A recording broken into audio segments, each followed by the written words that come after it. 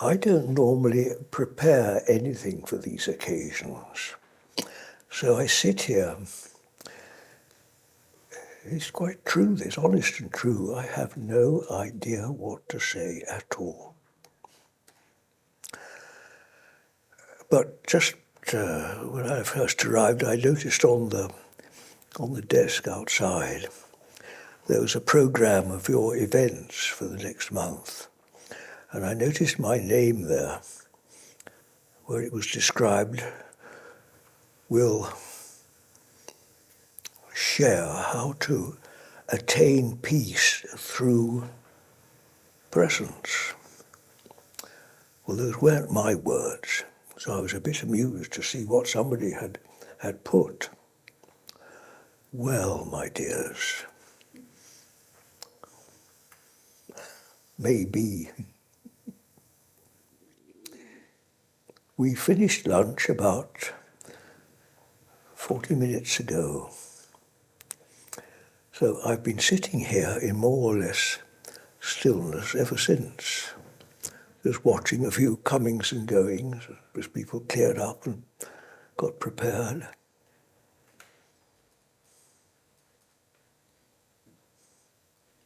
Peace through presence.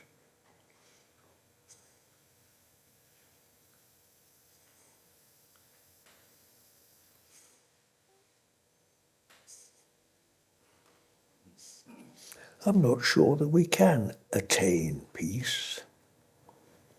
Have any of you attained peace?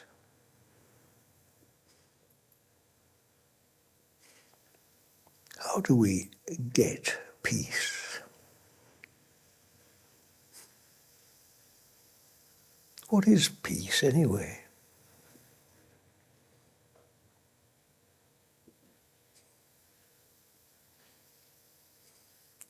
We do use these words, don't we? Attain peace, whatever does that mean?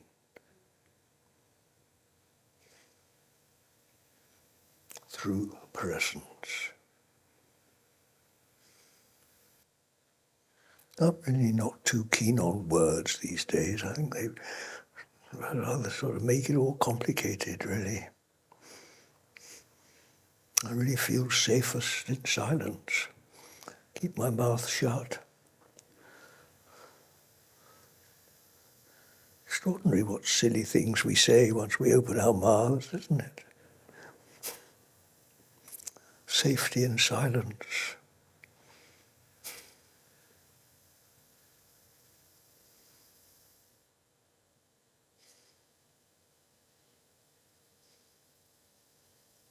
Can we ever be closer to peace, whatever that is, than here and now?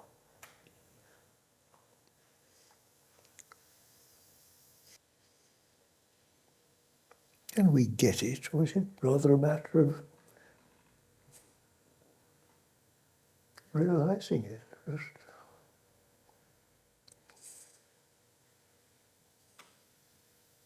recognizing it. Whatever it is. And what is it anyway? Does it have a beginning and an ending?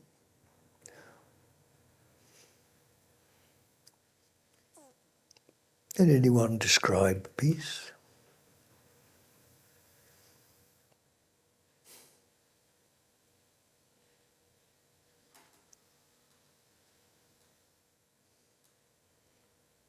A lot of words that we can't really describe, a lot of words that we use very commonly, particularly those of us that get interested in what we call spiritual work, whatever that means. What does that mean anyway? Who can describe that? Or peace? Or presence?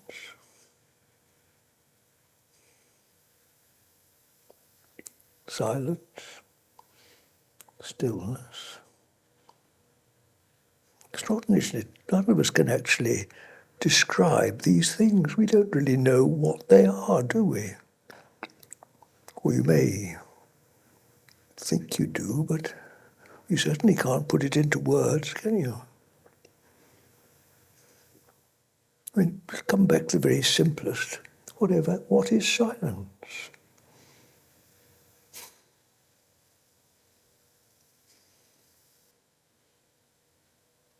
Perhaps these things, these questions serve a purpose in indicating to us the untrustworthiness of words.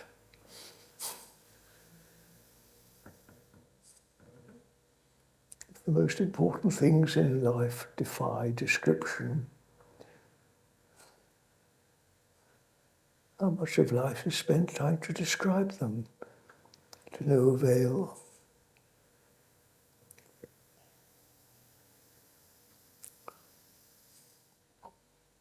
So I very comfortably come back to just silence.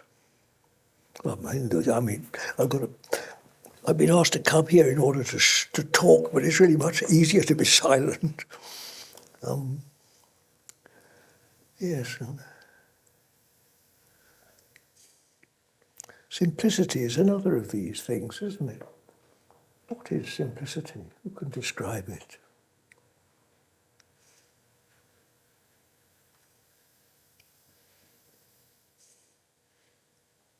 Some people may have heard, if you're familiar with the YouTube presence, that how I love to do this little sequence, as it were, starting from silence,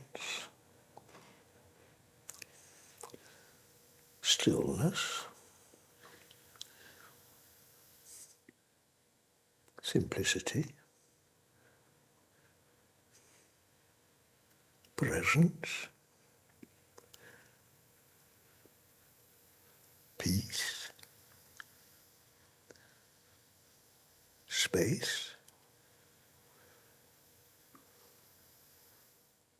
love, spirit. Where does one end and the other begin? Or are they actually all the same thing? Does one run into the other without impediment?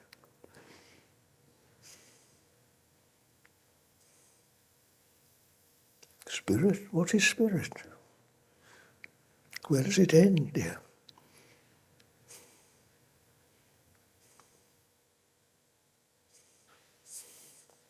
Rather than use this word attain, I suggest you rather consider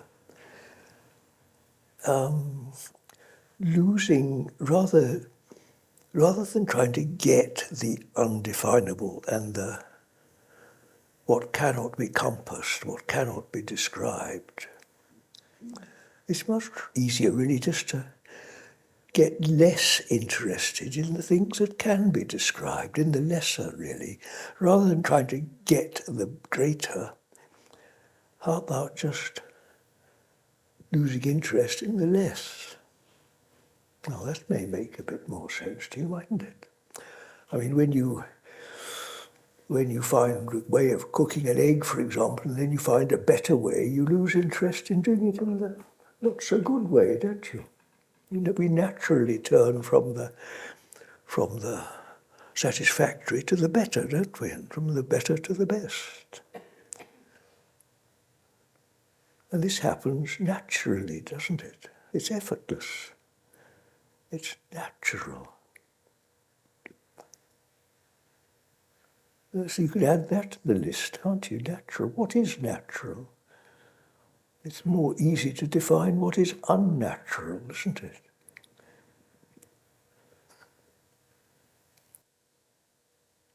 Just sitting here, in the simplicity of just silent attentiveness, it's not so difficult to turn your mind away from the, if you like, the complexity of life or your own lives, that the disturbance, the restlessness of what normally we call life. At least before your attention gets bored with me, at least for a few minutes. It somehow seems easier just to be present and attentive, doesn't it? You just naturally forget well, if we're talking of presence, let's forget the absence, what it is to be absent. The presence for the moment seems preferable, doesn't it? Naturally, effortlessly. What could be more natural? You don't need me or anybody else to tell you, do you? It happens naturally.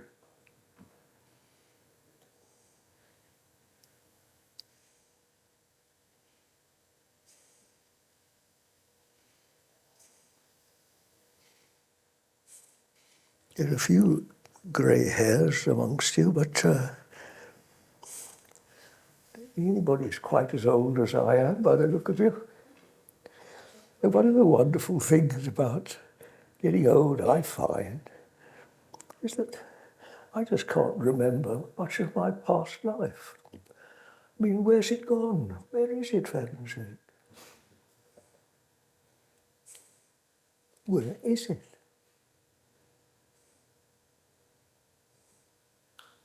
Where is it? Where is your past life? Where's your childhood gone?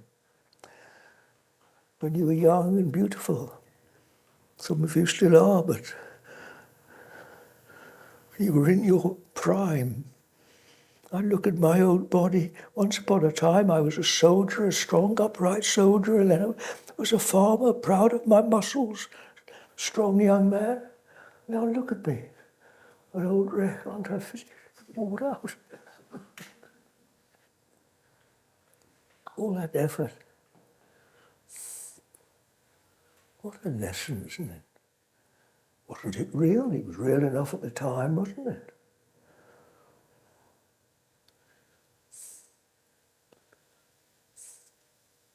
Like those tombs in the graveyard, the old gravestones. All those lives. Humanity. Whatever is humanity. Talk about it here today and gone tomorrow.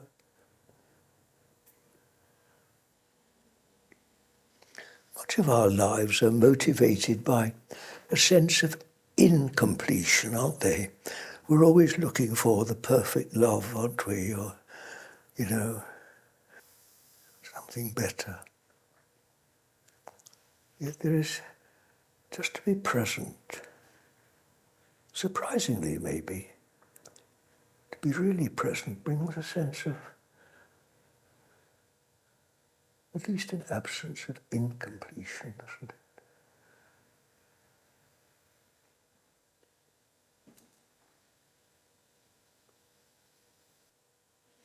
I can tell you a lot now about what it's like to be my age and dying out of what I used to call life. I don't really know what to call it now. Because in the real sense, I've never been more alive. In a way, the less of me, the less of this creature called John Butler, the less of my sort of wobbly old body and my forgetful mind, my also wobbly and forgetful mind, absent mind. What emerges like a butterfly from the cocoon is almost everything that this isn't. All the missing bits. Talk about completion. It's absolutely marvelous.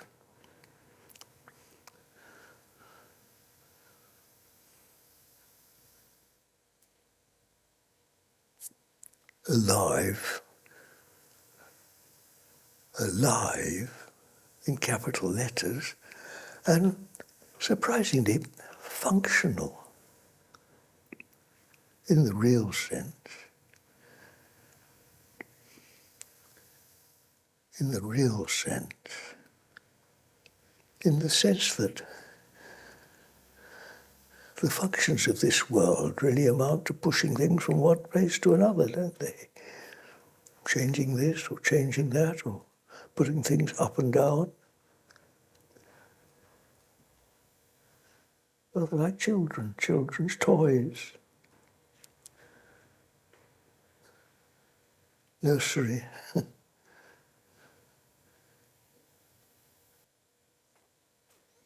It's nothing I've attained or got. It's just natural. It's old age. It's just natural. We grow out, grow up, grow up, grow out. How did we grow out of childhood? Who knows? We just grew up, didn't we? We just grew up. I'm not too keen on all these rather fashionable methods these days for becoming enlightened or attaining peace or something like that. I'm a bit skeptical about all that, I really am. Some of you may know that I was a farmer, so I'm rooted in old-fashioned, feet on the ground sort of thing, and I never did think much of science and all these clever people who have an answer for everything these days.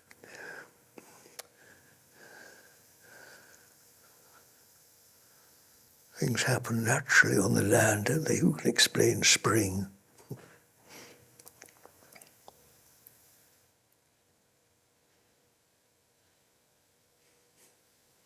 There was a song, wasn't it, from one of the earlier American musicals, doing what comes naturally. Some of you may have heard it. Annie, Get Your Gun, I think, one of these nice Western musicals. Can't remember the rest of the words. Doing what comes naturally.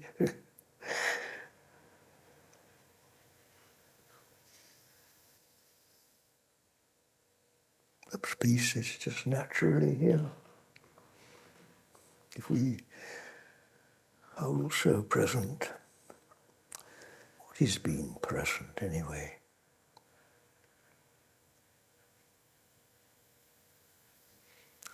Let me suggest to you another rather old-fashioned principle. I remember my dad or my granddad saying to me, use your common sense, my boy. Keep your feet on the ground. Now, I'm sure a lot of spiritually more enlightened people than me might sort of turn up their noses at this sort of language.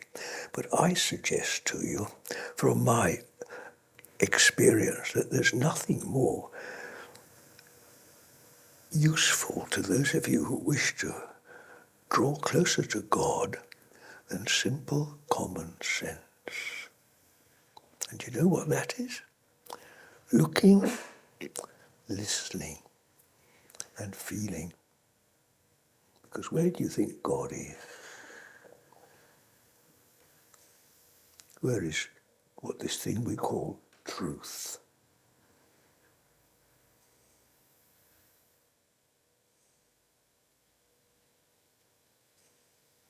How can we be closer to God than here and now?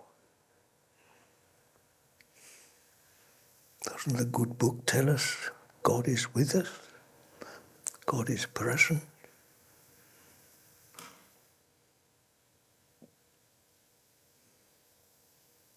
So how can we attain it apart from common sense?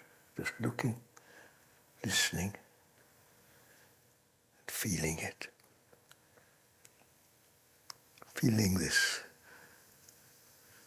simplicity, this silence, this space, this peace, this love, this spirit, this infinite expansion, which ultimately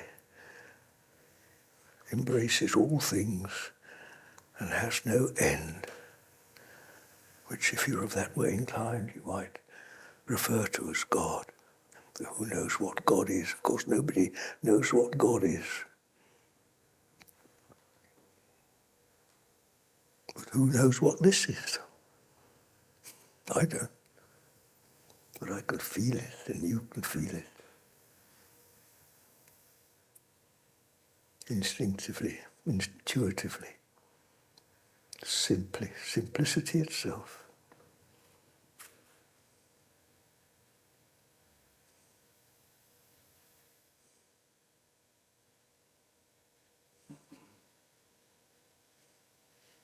Feet on the ground, bottom on the chair.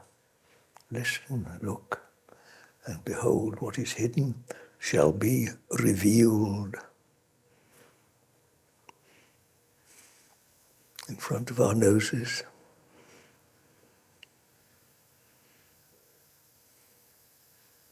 Complete.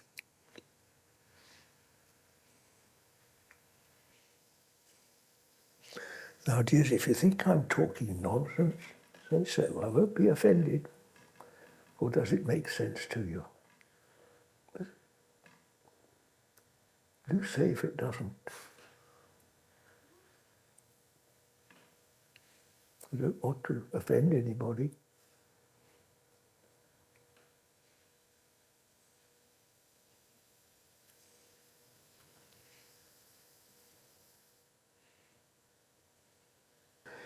Once one starts talking about these infinite qualities, you see, all right, peace seems a bit silly because you can't really measure it, can you? You see, we use this phrase peaceful, don't we? He's a peaceful person. Well, obviously you can have a little bit of peace. You can have a couple of minutes looking at the stars or something, but then you go back inside again and back to the telly and lose it again. You can have a few minutes of it. But to be, how full can we be? Let's just say that it's an infinite thing, and what does peaceful mean? It has no end, doesn't it? Some are obviously more peaceful than others. The infinite peace. A lot of gravestones have the thing at peace, don't they? There's a recognition that beyond the turmoil of this world, there's this thing that one instinctively yearns for, this peace. The peace that passeth understanding.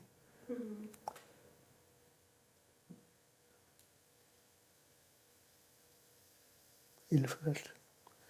Where is the end of it? How can one attain it? One can find as what one can. And there's more. Interesting. There's so many words, aren't there, that are on the same sort of thing, beauty. Who can ever reach the end of beauty? Or the end of love? The end of joy? Where is the end of it? Interesting, isn't it? Beauty. It doesn't always depend on the outer youth, does it? It may develop even as we grow old, an inner beauty. Something quite independent of the outer shell. Strange, isn't it?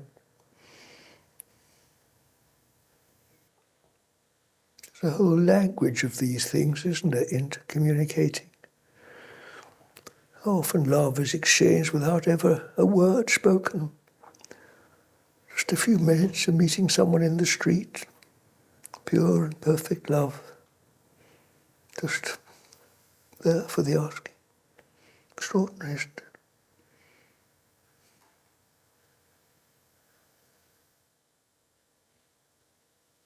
And as we're talking about the nature, there are really an infinite number of ways of connecting with it, aren't there?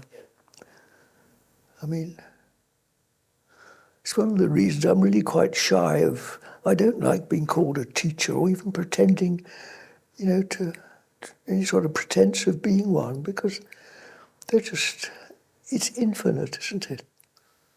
We are rightly advised not to judge, aren't we? Because who could say what is or isn't valid?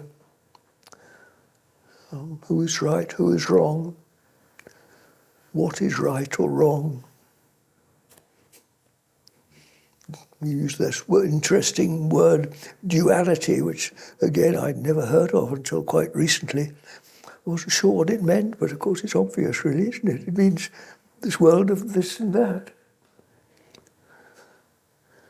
That's something sort of opens up another little doorway. Extraordinary how starting off these sessions without having a clue of what to say is interesting how usually the subject develops as we go on, and one or two people ask questions and one thing leads to another. Because you know how, well, I believe all religions, but I'm brought up in a Christian school. I was taught the Bible, so I tend to use that language. There's this mysterious thing called the Trinity. Well, learned people write books about and try to explain to puzzled little boys in school. But actually, I think it's the most obvious thing in the world that here's this duality of this or that, you see, of you and me, and it's all held in this silence. This presence, this all-embracing oneness. That's another word, isn't it? It's recently been invented. This one, the undivided presence. The division of duality is held within that which is not divided. So it's all contained, isn't it? However separate the world may be, it's held in this undivided peace. And when one gets the hang of that and begins to function from that, then no matter how chaotic the world around you, you're unshakable in that rock-like certainty of that which is ever the same, the peace. No matter how many bombs go off or how much upset the news is, it's always at peace, isn't it? Extraordinary. I don't know why more people don't get it, really. So perhaps this is the importance of a little gathering like this, that we can begin to practice what we preach. Who knows? Because these things, see, everything in life radiates out, doesn't it? It has a peace comes from peaceful people, doesn't it? Where does peace come from? It comes from the radiance of being at peace, doesn't it? You don't have to do anything, you don't have to preach about it, it's just obvious, isn't it? Well, yes, it is. It takes practice. It takes practice. But this is, as it's always been, dear, this is fight the good fight. It's always been like this. They're the powers of darkness and the powers of light. And as one practices and strengthens one's own realization, then, God willing, this will spread. So we become a light, like Jesus tells us. I love that little hymn. I'm sure you know it too. Jesus bids us shine with a small, clear light, like a little candle burning in the night. In this world of darkness, we must shine. You in your small corner, and I in mine. Doesn't it put all truth in a nutshell, eh? Beautiful, isn't it? I bet that's the child. And then again, light's another of these indefinable. Where's the end of light? What is light, anyway? Light, love light, what are these things? The love light in your eyes.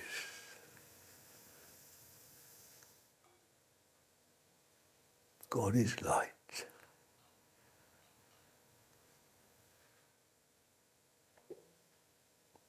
There's no weight in light, is there? no darkness at all.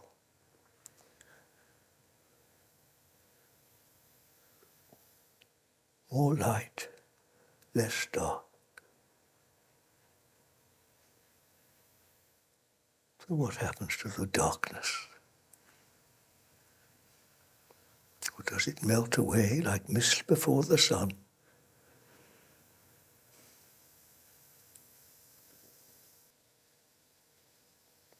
Yes, this third point, my dears, I recommend it to you.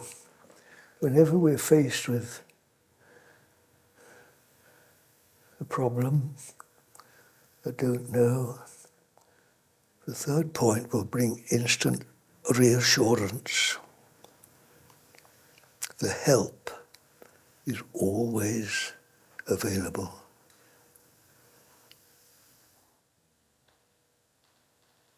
But we forget, of course we forget. But then, sooner or later, we remember again. And that's the opportunity. Practice, practice, practice.